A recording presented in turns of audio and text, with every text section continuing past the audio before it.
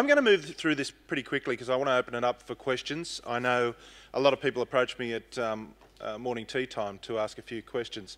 The first thing I'm going to do is produce a broad caveat across this, and I'm going to make it as much about the fact that I'm going to challenge you to walk away from here today looking differently at what social media will mean for you around skills development, around the acquisition of skills for individuals themselves, and around what policies exist. How many people essentially are working in a government or a non-for-profit institution? Hopefully I'm going to get the majority. And how many people have got what they might classify archaic IT policies and procedures and a whole range of things? We're going to cover off on that in a very, very strong way, because that's so important to actually keep a hold of and keep a notion of. And it was interesting to hear some of the commentary this morning about doing from Jim, but in particular also listening to the Productivity Commissioner talk about the consistency and almost the constancy that they're requiring in terms of content and content aligned to competency. And trust me, we face the same issue now in private institutions, for-profit organisations. Exactly the same, and I'll talk about the impacts of that too. Oh, it works. So the first thing to say is there's plenty of models, and I put up a Harvard Business Review model because Harvard is this known institution of learning. Harvard are faced with exactly the same problem that social media has actually introduced for them. That is, how do we actually remain constant? How do we remain competent in the eyes of the people who have valued everything that we have produced before us? Academic institutions, universities at this point in time, their major challenge is a number of policies and procedures that sit at the back of peer review and publishing in scientific and academic journals. You're all familiar with that? And a lot of people are saying, we can't wait 6 months anymore for you to produce your research or publish your research or go through an actual policy and procedure piece. What does that mean? All I bring it back to, and just remember, all models are wrong, but some are more useful than others. Right? That's another big caveat there. You've never got to forget the end game in terms of what we do. And the first piece of good news I'd like to say around using social media and learning is that what you do is still absolutely vitally relevant, and irrespective of the changes that are taking place socially and in the media and within industry, you are still more than relevant. And we should never forget the end game. The end game is to actually produce skills and qualifications in people that enable them to do their job better than what they actually did before, or enable them to do a job that they haven't actually done before. So the first thing is never forget that game, but never ignore the trends. And there's some trends that I've sort of put up here. I'm going to refer to people now as knowledge workers. Everybody's heard the term knowledge worker? And I say that quite fervently nowadays. My last qualification, I have upwards of 12 qualifications now, from certificate 4 level up through diploma, graduate diploma, undergraduate degree and masters. That's because I'm addicted to learning. People ask me what I'm an expert in, I say I'm an expert learner. That's the only thing I'm an expert in. And I passionately believe in that. I believe that lifelong learning is that aspect. But knowledge work, which is what we're engaged in now, information is a commodity. If you don't believe that, then you're kidding yourself, because Facebook's just been valued at $13 billion. And it's just purely because of the information that they hold, nothing else. So information is the new currency and commodity that exists right across all industries, all facets of industry. And you think about it, who holds more information than just about anybody in this country? Government and non-for-profit organisations, along with academic institutions. And why? Because that was what the business asked of them. That's what they were in. But if you look at what knowledge workers are having to deal with, there is an incredible volume of information daily. Better informed is helpful, but creates its set of challenges too. The real challenge isn't overload per se, but the difficulty of extracting that relevant knowledge at the time that you require it. And if you want one skill set that will be important in the future, and why social media is so important and the connection to an individual, it's being able to actually find trusted sources of information to cut out the 15 million search responses you get from Google. And that is the thing. You can get a lot of search responses.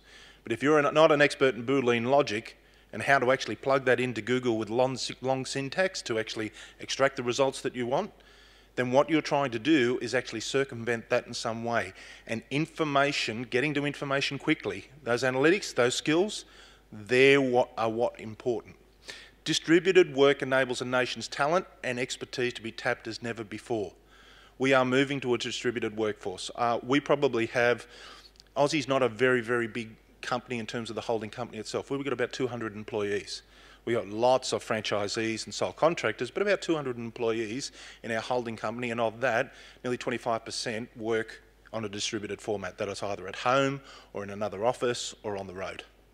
And that will become, I think quite fervently, that will become the norm in Australia. We're a very, very large country.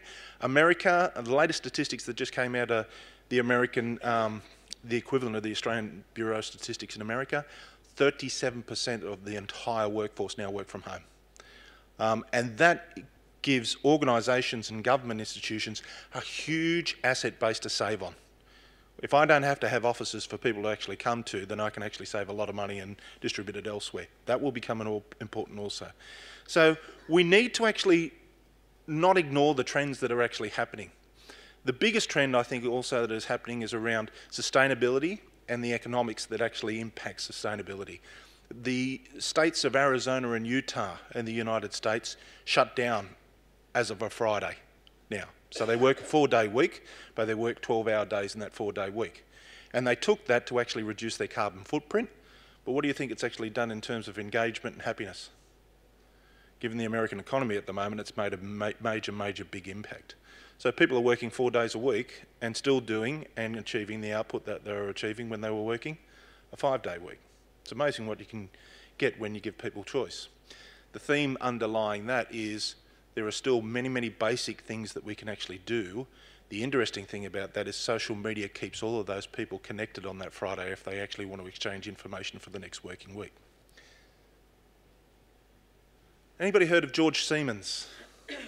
George is somebody out of Canada. He and Stephen Downes are academics, and they've sort of posited a new learning theory called Connectivism. I'm not going to buy into Connectivism as an adult learning theory, but what I am going to say is he has this quote here: instead of the individual having to evaluate and process every bit of information, she or he creates a personal network of trusted nodes, people and content, enhanced by technology.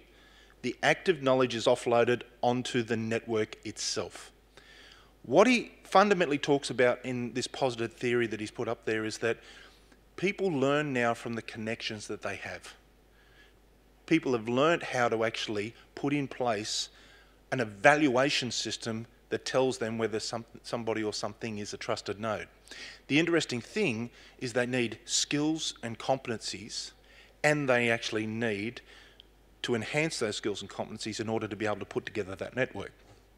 And that for me is a really fascinating concept, is that the traditional forms of education that we bring from K to 12 and onwards in tertiary education are still very relevant, but what we're teaching is changing at a very rapid pace. And what we need to teach will actually change at a very rapid pace. But what George and Stephen and the others talk about is that connectivism is the next phase of how people learn. And that is done through this advent of what we call social media. But the important thing about social media is trust. The one thing I think in 22 years of education, 12 qualifications and now 6 years of avid anthropological use of social media, the one thing I found is without trust it doesn't work. It's just me talking to a bunch of random people on a bunch of social media networks talking about all sorts of things. It's just me being somebody who I am. It could be me talking about being somebody that looks like Brad Pitt, but then getting on Skype and saying, "How you doing?" It's that sort of stuff that, you know, people quite familiar, the familiarity that they actually build with social media based on what they hear through traditional media and a whole range of other things tells them it's about following Ashton Kutcher and finding out what people had for dinner and a whole range of other things. I follow 400 people on Twitter, 450. I have around about 420, 430 followers.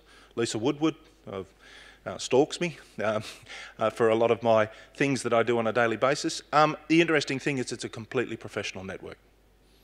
Just about everybody I see is a learning and development professional or a training and development professional of some sort, and we just tweet about relevant education, relevance in leadership and management, relevance across a whole range of facets that are interesting to ourselves. And it's interesting, I think that's where you will actually find that that reflects the trust that I have in the people that I follow, and I don't follow too many people too quickly. I did have Pash Parties, I think it was the other day, hit me as a follow, and I thought, who the hell is Pash Parties? And found out it's a ladies' party plan scheme or something along those lines, and I just blocked them. You know, you're following me for exactly the wrong reasons. So I think the notion of what a trusted node is in your network of social media is what is going to become important for the people that you actually educate. And if you were actually trying to use social media in learning, the first thing you've actually got to get across is the skill set of how they can evaluate that somebody is to be trusted. And that's not an easy thing. That means you need to take an anthropological approach. You need to embed. The tension between connection and collaboration should be actually dealt with. The difference for me, and this is purely just me, is that I can connect with just about anybody on social media, one way or another. How many people are on LinkedIn? A few. How many people have received a request on LinkedIn to connect with somebody they know absolutely nothing about or no? Correct. Okay, so the whole point is connection is easily achieved. You can do a little bit of research, you can fundamentally do the things that you want to do to connect with somebody, you can write a letter of introduction and do that. To collaborate means to move to the next level. And that's where trust is built. The exchange of documentation, the exchange of information, the exchange of knowledge. A tense, ethical conversation about a certain circumstance or a certain piece of literature that we've just read or a certain video that we've seen on YouTube. That type of thing, the collaboration around that, the ensuing discussion about that, where I think LinkedIn gets it right is you'll see a whole stack load of groups that you can participate in. It's interesting that I hear a lot of people saying to me, yeah, but those groups, you know, I just don't see any value in it. I read the headline statements and I don't do it. Again, fundamentally, I'll bring you back to the key is to embed yourself. You cannot evaluate, and you know this from being skills and competency and training professionals, you cannot evaluate anything that you have actually not been entrenched in doing. Because you really don't understand the concepts of what it is that you're trying to evaluate. So the key to collaboration is about getting in there and actually doing that from a trust element. I just want to highlight this slide. A lot of what we're moving into with social media, particularly on the business front, is about a reputation economy. And it's about that reputation is built on the profiles that people put up there. Unless you can be as flexible as your environment, you're going to be subject to that environment, and that environment, the reputation that people establish online, whether it's true or not, the only way you're actually going to be able to test that is to collaborate with those individuals. Participation is gauged differently. I've just thrown a few things up there. I could throw up 1,000 social media platforms that are actually being configured for specific purposes and specific reasons. Every single one of them can be applied in a learning framework. For instance, how do I use Twitter in a learning? If you're really, really gutsy as a facilitator, you can actually put up a Twitter live stream. You can establish a Twitter hashtag for the session that you're actually facilitating, and you can let all your participants there start to actually plug up what it is. You've got to have thick skin. You've got to be a crocodile. Because somebody might say that facilitator doesn't look like Brad Pitt. His body language is pathetic and I just don't think he's given me anything. So the important thing is that stream's coming up, it's a live feed about what people think about you. I've done it on 4 occasions and I've just loved it. And I've had the derogatory and I've had the affirmatory and I've had them arguing about that. But in terms of the engagement and the ensuing conversation that happens, unbelievable. The key is you've got to understand the knowledge worker in their terms. There's statistics available. There's a whole range of things that are available. pick one and try it. Just pick one. You can actually understand the modern day knowledge worker in terms of the tools that they use and the way that they do it. The reason why I think IT policies are archaic is because they're ignoring the fact that people have a smartphone in their pocket they can do everything on anyhow. So I don't understand, other than the protection of secure information, and there's plenty of ways of doing that, why you would actually start banning social media in the workplace. And I think with time that'll actually come through. Don't call it learning. When you're using the accelerated change of this, we've got to start getting to a point in need, performance support, a way of actually, and that's how you can actually promote it within your organisation. Social media is an enabler for people to connect on issues of concern. Don't call it learning. Learning is an outcome, but it's more of a performance support vehicle, and it's something that people will actually take away from this. These slides will be available to you too, that's why I'm actually moving through. Learning is work and work is learning now. I think everybody's seen the convergence of that. I do a better job because I learn. And I do that whether I actually learn in a formal situation where I'm sitting down and actually putting myself through a qualification, or I sit down with somebody who's a trusted node in my network and I get one-on-one coaching for an hour over lunch. Sometimes that's a little bit more relevant, a little bit more timely, and a little more consistent. It's going to go to the core of what people know, and everybody will become a knowledge repository. And we talked about remuneration and how important that was in the Productivity Commission. What people know and the currency of what they know will start to determine far more their remuneration, if you like, rather than their specific skill sets that they're bringing there. Because the skill is what you can actually do. The knowledge is what's going to differentiate you from the other people that can do. And that's a really, really important aspect. So for people need a skill of being able to articulate that. And how does social media allow you to work with these core knowledge work activities? Every single product you've got out there, be it Twitter, be it Facebook, be it LinkedIn, all of them allow you to store information, apply information, present information, share information, analyse information, organise it, evaluate it, and retrieve it. But most importantly, you can secure it. What does it do? It's at the heart of goals of making decisions and delivering services. Facebook's big push into business is all about that. And if you don't think Facebook is pushing into business, just see how many times you're asked to like a certain product or a certain service or a certain company. The important thing about that is that this is the new curriculum that social media enables. Search and find skills, critical thinking skills, creative thinking skills, analytical skills, networking skills, people skills to build trust and productive relationships, reasoning and argument, the ability to validate data and underlying assumptions. They are the new skills that people will require as social media comes in. And it's important for you to actually understand that networks, sharing, and the focus and the flow of information are the things that people will be dealing with in less than 5 years. And the only platform you can use for that is one that connects, helps people collaborate, and helps people share. And the important thing about that is otherwise, that's where the constant delivery and keeping information up to date sits behind. And notice I've got a pen and a pencil to write thank you. There's still other tools.